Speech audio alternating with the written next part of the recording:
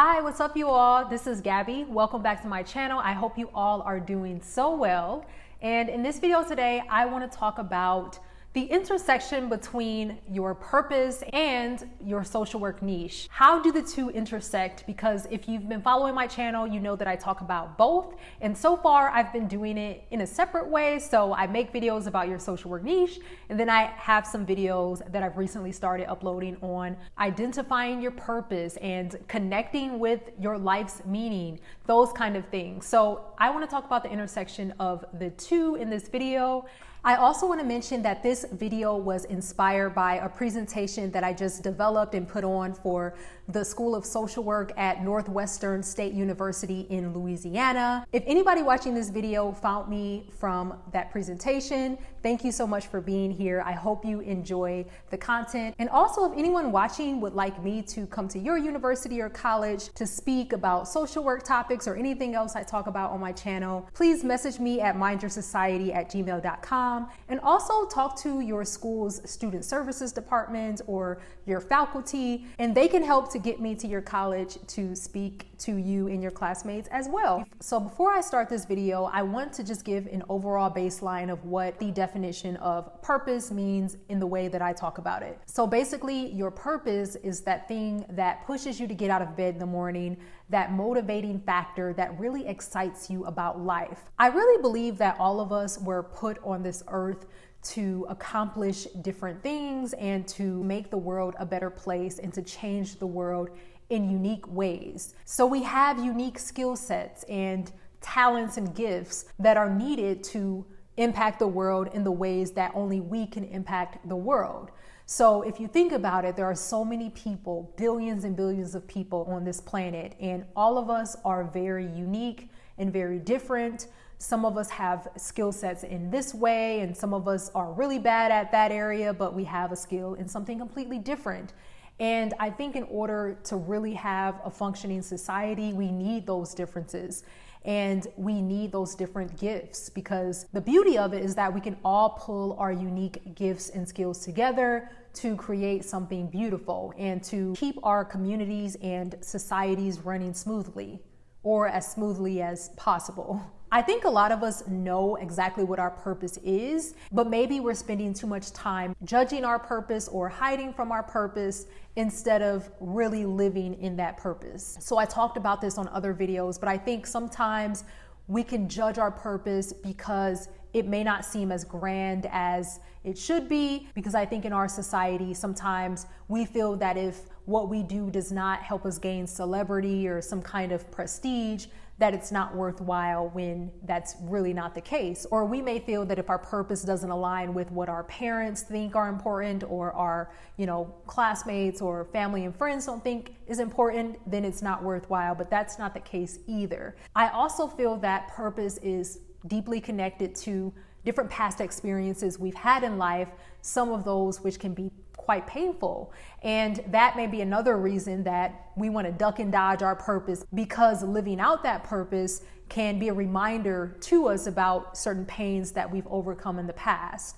But maybe that unique experience you had makes you the perfect person to work on behalf of other people who've experienced what you've accomplished or overcome, or who are currently going through a struggle that you have went through in the past. In that way, I think it's important for us to not shy away from a painful past or different painful experiences, because those situations may, not all the time, but sometimes can lead us right down that path to our purpose. But purpose is really about the feel-good stuff, right?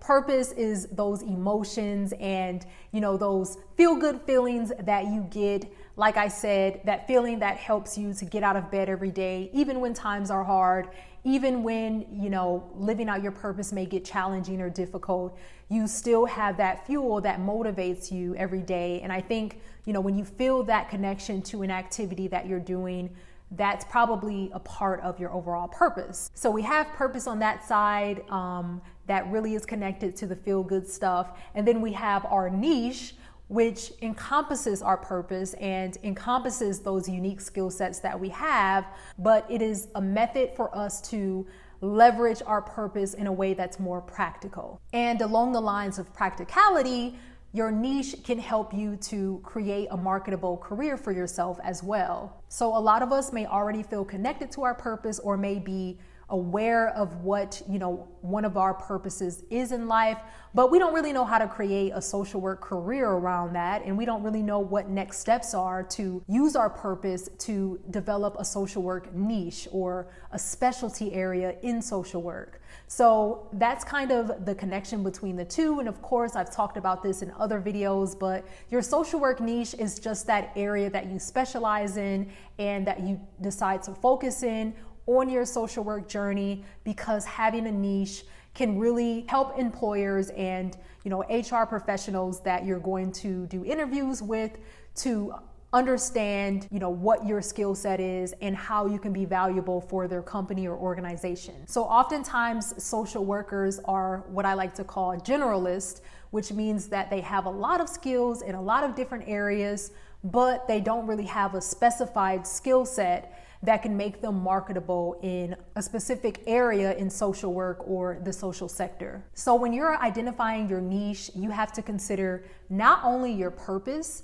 Yes, that's a really big part of it, because you want to make sure whatever niche you choose encompasses, your gifts and your purpose, but you also want to consider your lifestyle goals and the overall job outlook in the areas that you're considering. Because once again, your social work niche needs to be practical, it needs to be realistic, and it should be a vehicle that's going to help you to create a successful career for yourself. So now that we have an understanding of what a niche is, what a purpose is, let's jump into how you can really leverage your purpose to develop your unique social work niche. So the first way is to remember what your unique social work story is.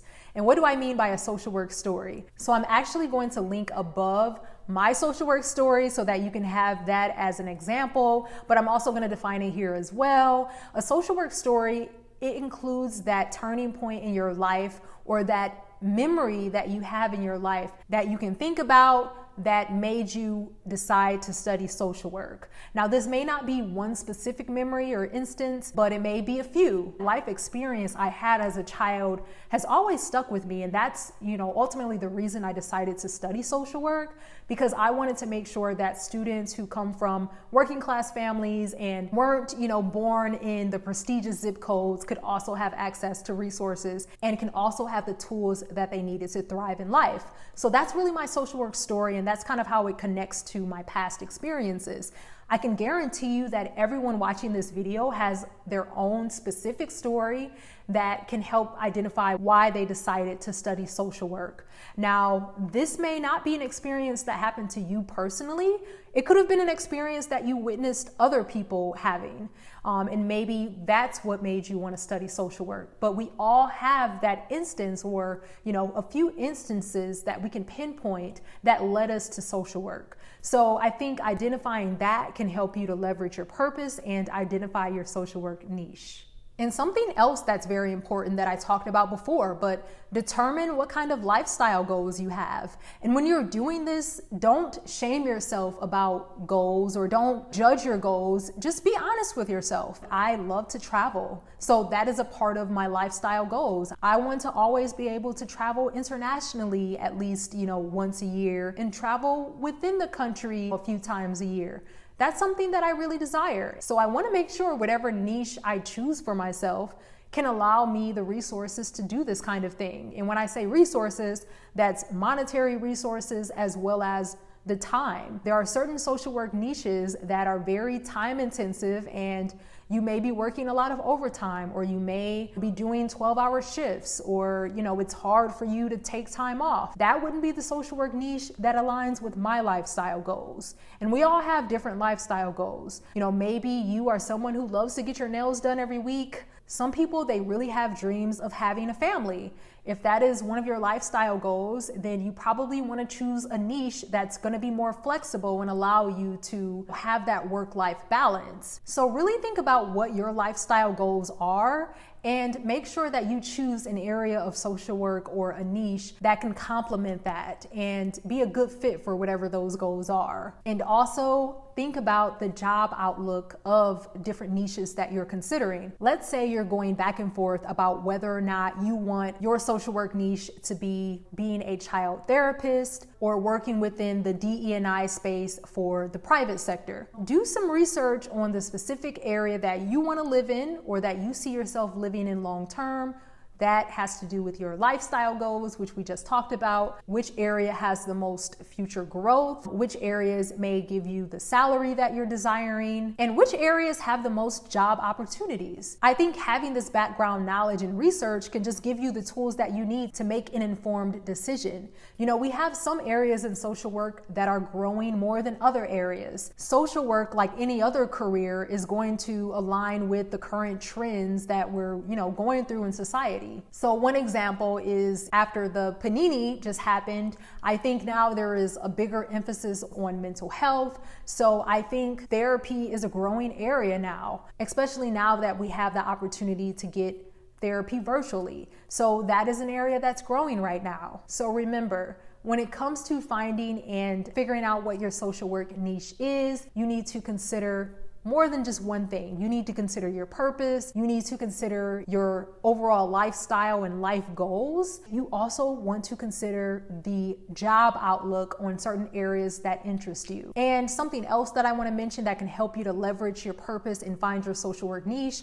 is don't bog yourself down or get afraid about the idea that choosing a social work niche is scary and it's boring. It means that you're locking yourself in. I don't think your job or your career should be the only vehicle that allows you to live out your purpose. Your job is just one way, and I think it's a very important way, especially as social workers, right? Because our jobs are very purpose-driven.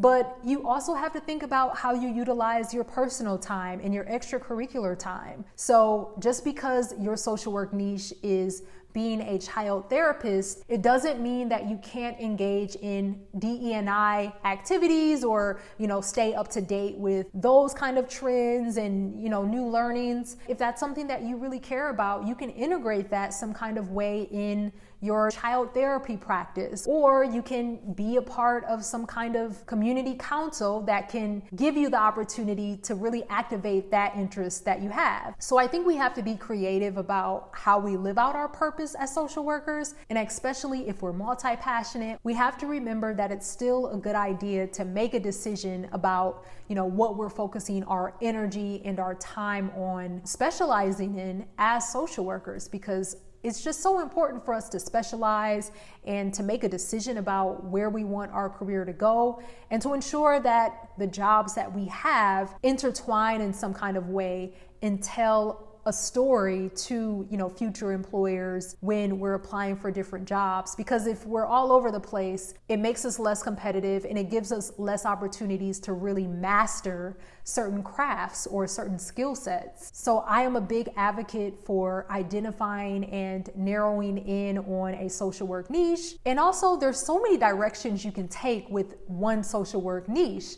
So if we use the example that I used before as being a child therapist, there's so many things you can do with that. You can work in many different environments. As a child therapist, you can work within the school system, you can work at a hospital, you can work for a community organization, you can work for inpatient, outpatient. There's so many different places. And there's also a bunch of different therapeutic modalities that you can explore. So even though a social work niche means that you're, choosing to go within a certain direction in your career, it doesn't have to be so narrow in scope. So as you're thinking about your social work niche, keep that in mind. And if it makes you feel better, sit down, do some research, and jot down different areas or directions you can go in, even just under one niche. And if you all are interested in more videos about finding your social work niche and how you can narrow in on that, just let me know and I can surely make those videos for you.